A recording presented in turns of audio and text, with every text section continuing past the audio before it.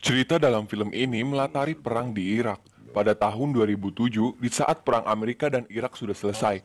Tapi dua orang tentara yang bernama Matthews dan Isaac yang masih terjebak di area perang. Mereka ditugaskan untuk mensurvei serangan sniper yang terjadi di konstruksi jaringan pipa. Di sana pun terlihat banyak korban yang tewas tertembak di kepalanya. 6 construction guys all night. 2 men. Look at them. Anything resembling cover?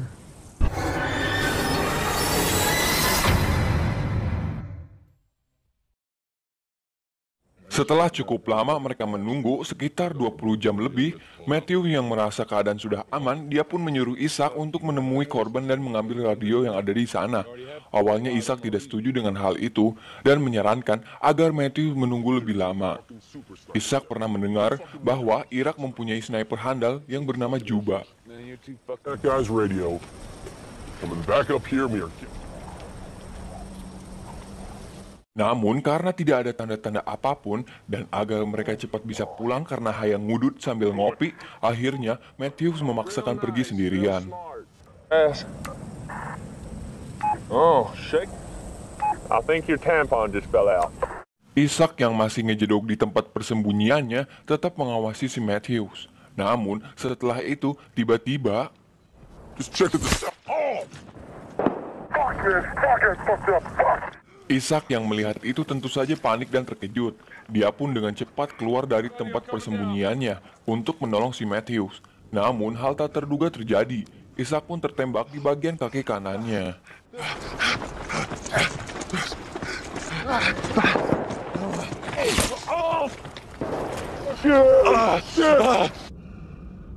Akhirnya dia tidak bisa berbuat apa-apa dan terpaksa dia harus meninggalkan Matthews.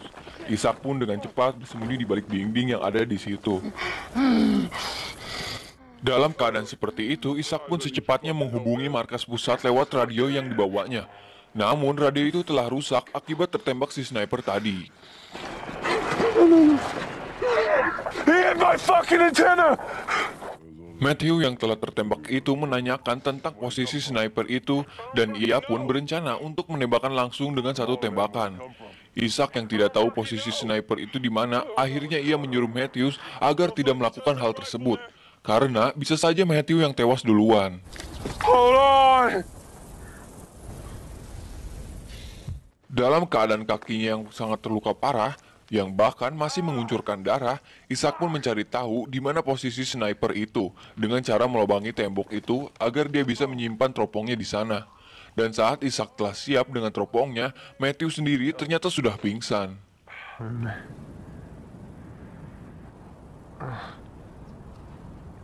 Setelah itu Ishak pun memutuskan untuk mengeluarkan peluru yang ada di lututnya dan langsung membungkusnya dengan perban. Namun, karena banyak mengeluarkan darah, Ishak pun pingsan.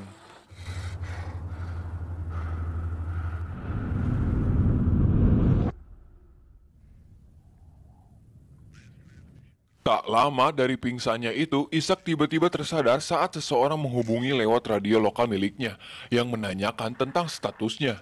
Dia pun dengan segera memberitahu kejadian yang terjadi di mana mereka berdua telah tertembak dan disudutkan oleh sniper musuh. Dan Ishak pun meminta agar segera dievakuasi. Hotel 7203. About fucking time. Untuk memastikan lokasinya, orang yang di radio itu menyuruh Ishak untuk berdiri dan menembakkan pistol.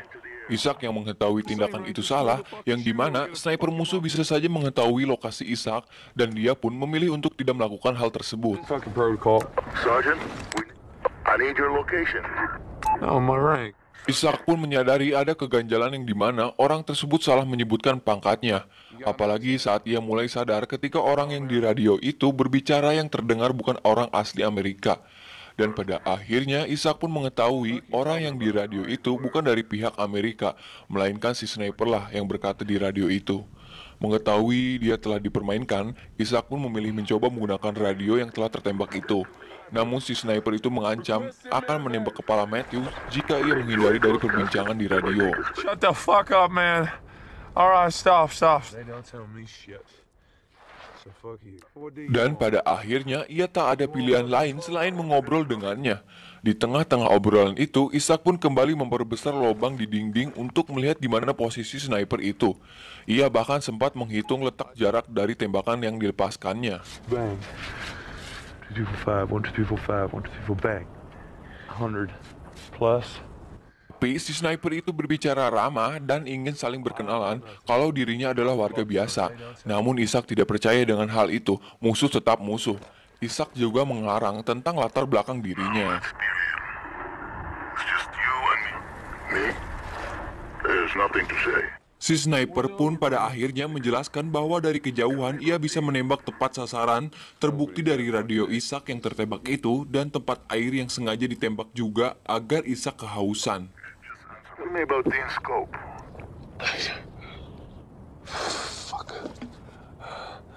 Hal itu kenapa si sniper tidak langsung membunuhnya saat keluar dari persembunyiannya.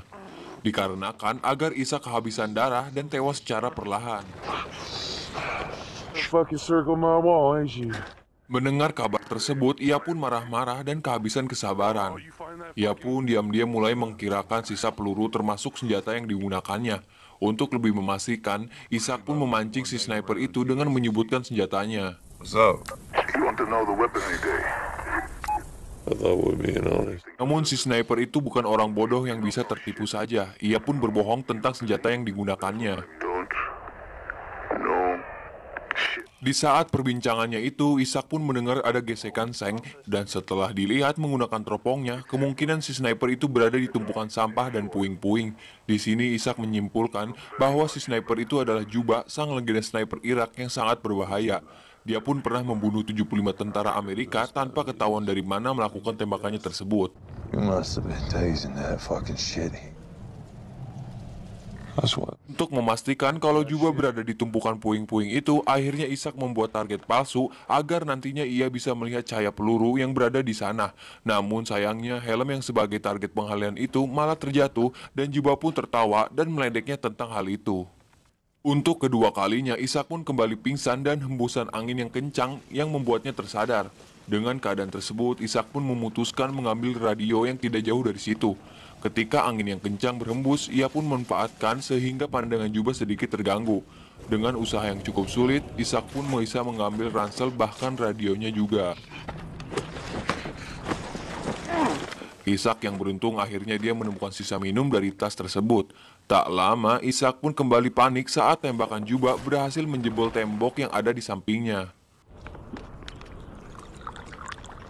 Bahkan lagi-lagi si Juba mulai mengatakan bahwa tembakan tadi sengaja dibiarkan meleset. Tujuannya hanya menakuti sekalian merusak barang penting yang digunakan oleh Ishak. Dan benar saja, teropong yang sebelumnya digunakan kini telah rusak terkena tembakan. Radio, you risk your life for it. It's dead. You missed. I'm still here. Tak lama, Ishak pun menyadari bahwa Matthew masih hidup. Dan agar Juba tak menyadari hal itu, Ishak pun mengisyaratkan Matthew agar bergerak perlahan. Ishak pun memberitahukan tentang lokasi keberadaan Juba yang ada di puing-puing itu.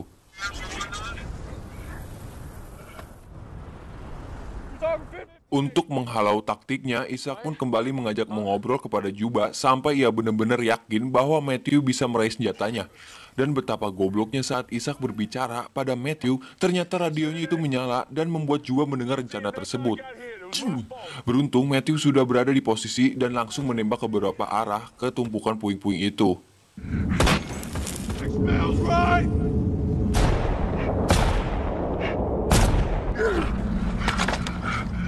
Namun tak lama dari itu, Matthew malah tertembak dan tewas di tempat. Di saat putus asa dan merasa tidak ada harapan lagi, Ishak pun mendengar suara radio dan ia pun mulai memperbaiki antena radionya. This is Spartan 33. Helicopter. Saat itulah Ishak berhasil menghubungi markas pusat. Ishak yang tadinya putus asa dan tidak tahu harus bagaimana lagi, tapi setelah radionya berfungsi, Ishak pun mendapatkan sebuah harapan bahwa dirinya akan segera selamat. Cap. Namun dengan cepat frekuensi radio Ishak ditutup dan Juba mengambil alih pembicaraan dan mengabarkan bahwa misi mereka aman terkendali. Markas pusat mengatakan bahwa penjemputan akan diadakan sore hari. Mendengar obrolan Juba dengan markas pusat, Ishak menyadari ia tidak hanya membajak radio, tapi dengan sengaja meminta bantuan tentara Amerika ke TKP yang nantinya akan dibantai oleh Juba. Shucks, you guys. Camouflage yourself from me, you fuck. Ishak pun kembali pingsan untuk ketiga kalinya. Setelah tersadar saat sore harinya, ia langsung menghubungi Juba. Karena tidak ada jawaban dari Juba, akhirnya Ishak pun memutuskan mengambil senjata Matthew dengan sebuah tali yang ia temukan. Tak lama dari itu, terlihat dua helikopter menuju ke arahnya. Sebelum bantuan itu tiba, akhirnya ia memutuskan untuk menyerang terlebih dahulu. Setelah senjata siap di posisi, akhirnya ia pun nekat langsung merubuhkan tembok yang ada di situ. Hal tersebut akhirnya membuat kesulitan karena pandangannya terhalang oleh asap reruntuhan itu, dan Juba pun menembak secara acak di antara reruntuhan tersebut. Dan saat itulah akhirnya Ishak melihat cahaya tembakan dan tak banyak pikir, Ishak pun menembakkan senjatanya ke arah cahaya tembakan tersebut.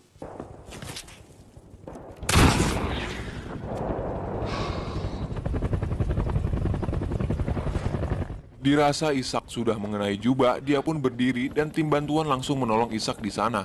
Namun saat akan dibawa, Ishak mengatakan bahwa di tumpukan puing-puing itu masih ada musuh. Sangat disayangkan, mereka tidak mendengar perkataan Ishak karena terhalang oleh suara helikopter.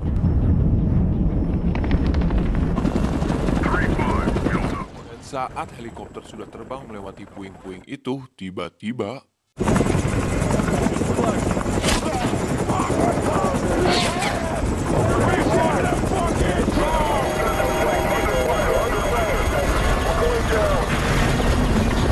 akhirnya kedua helikopter itu harus terjatuh bersamaan semua tentara yang ada di dalam helikopternya. 17, Kilo, hold on, 35, 67. Pada keesokannya, markas pusat pun kembali menghubungi helikopter dan Juba kembali membajak radio tersebut. Film pun selesai.